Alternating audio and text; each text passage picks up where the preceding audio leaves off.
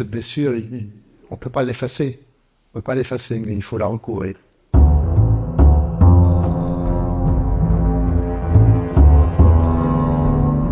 C'est un box avec deux parties, en divisé en deux parties, mais une seule entrée. Donc on rentre par là, et chaque enfant passait par là et faisait le tour pour aller se laver.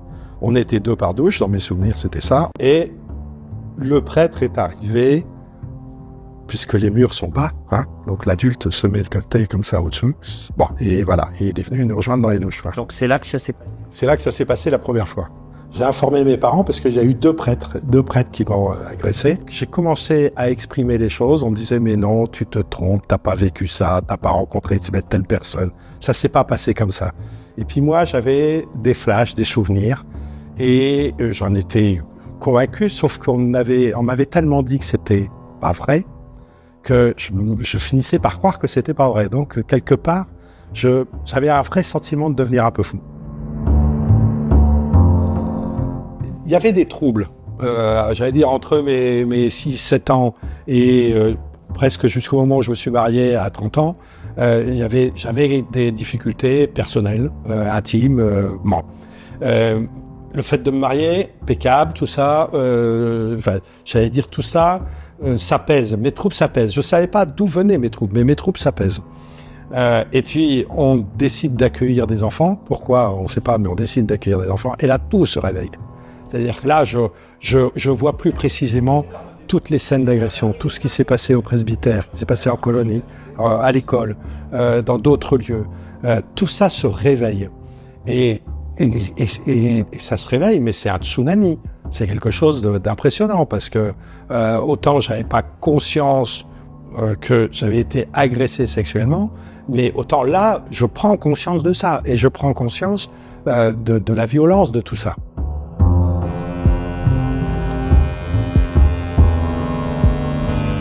Je commence à me dire, mais en fin de compte, ce flash-là, c'est pas mon esprit tordu, c'est pas un esprit pervers, parce qu'à un moment donné, je me suis dit, mais derrière, t'es en train tu vois des fautes, tu vois dans tes flashs, tu vois des enfants nus en train de se faire agresser.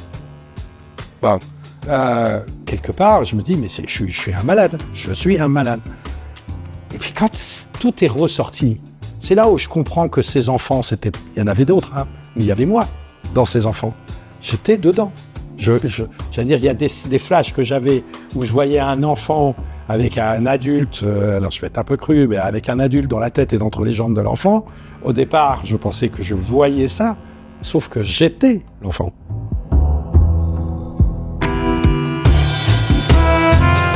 Sa première réaction, c'est de dire « non, c'est pas possible ». Ça, c'était « non, c'est pas possible, pas chez nous, pas chez nous ». Après, ça a été de dire « mais que vont penser les autres ?»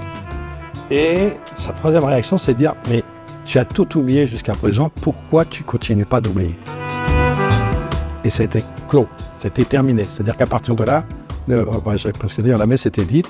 J'ai eu aussi la réaction de frères et sœurs qui, dans les jours qui ont suivi ma rencontre avec ma mère sur ce sujet-là, qui ont commencé à me dire « non mais tu te trompes, tu racontes n'importe quoi, tu inventes, c'est pas possible, t'as jamais fait ça », enfin bref. Et puis j'ai dit « non mais là je peux pas laisser dire ça comme ça, il faut que je cherche. Il faut que je cherche, c'est un pulse que vous avez fait tomber par terre, et il y a quelques pièces du pulse qui sont à l'endroit.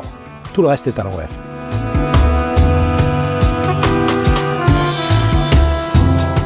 J'ai essayé de retrouver quelle était la période, quelle était la période de la colonie. Donc il fallait que je focalise sur mes souvenirs. Et pour le coup, je me suis servi de mes bulletins de notes, puisque mon père avait gardé tous mes bulletins de notes. Et on voit bien dans le schéma des bulletins de notes, on voit où CP, très bon élève, des prix de lecture et ainsi de suite. Enfin, j'étais dans les 3 premiers de la classe, hein, puisqu'à l'époque, il y avait des classements. CE1, terminé, dernier. Donc je me suis dit, il s'est passé quelque chose. Je ne sais pas pourquoi, mais les bulletins de santé figuraient dans mon dossier que mon père avait gardé. Et il y a des choses intéressantes sur un bulletin de santé. Là, avant de partir en colonie, j'étais en pleine santé, mais vraiment aucun problème. 6 mois après, avant de partir au foyer, enfin oui, au foyer, puisque c'était une maison d'enfants, je faisais de l'énurésie. Alors que j'avais 6 ans, 7 ans. Donc l'énurésie, c'est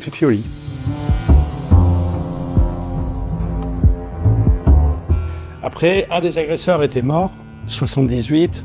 Bon, je savais que la prescription, de toutes les façons, c'était terminé pour lui. Puis il est mort. Et l'autre avait été condamné en 2007. Ça, je l'ai su très rapidement par le diocèse. C'est le diocèse qui m'a informé qu'il avait été condamné en 2007. Et puis, en fin de compte, même encore aujourd'hui, je peux le dire, c'est pas tellement la réparation de la justice que j'avais besoin. C'est pas le fait de dire on fait appel à la justice pour condamner telle ou telle personne. Pour moi, ce qui me gêne le plus, ce qui m'a gêné le plus, c'est toute cette démarche de silence. On tait la parole de l'enfant. On l'empêche d'exprimer ça. Ce qui m'a fait vraiment du bien, c'est la reconnaissance par le diocèse de ce que j'ai pu leur démontrer, et puis le fait qu'ils ont reconnu que mes deux agresseurs étaient connus pour, donc étaient déjà identifiés pour ça. Une des raisons pour lesquelles j'accepte de vous parler aujourd'hui, c'est ça, c'est de dire, si ça je peux faire passer ce message-là, c'est dire aux victimes, parlez, dites-le. D'abord, ça fait du bien. Moi, je sais que quand j'ai entendu d'autres victimes parler, ça m'a permis de me dire, Damien, il faut y aller. Et je dis aux autres, faites-le. C'est pas facile, mais faites-le.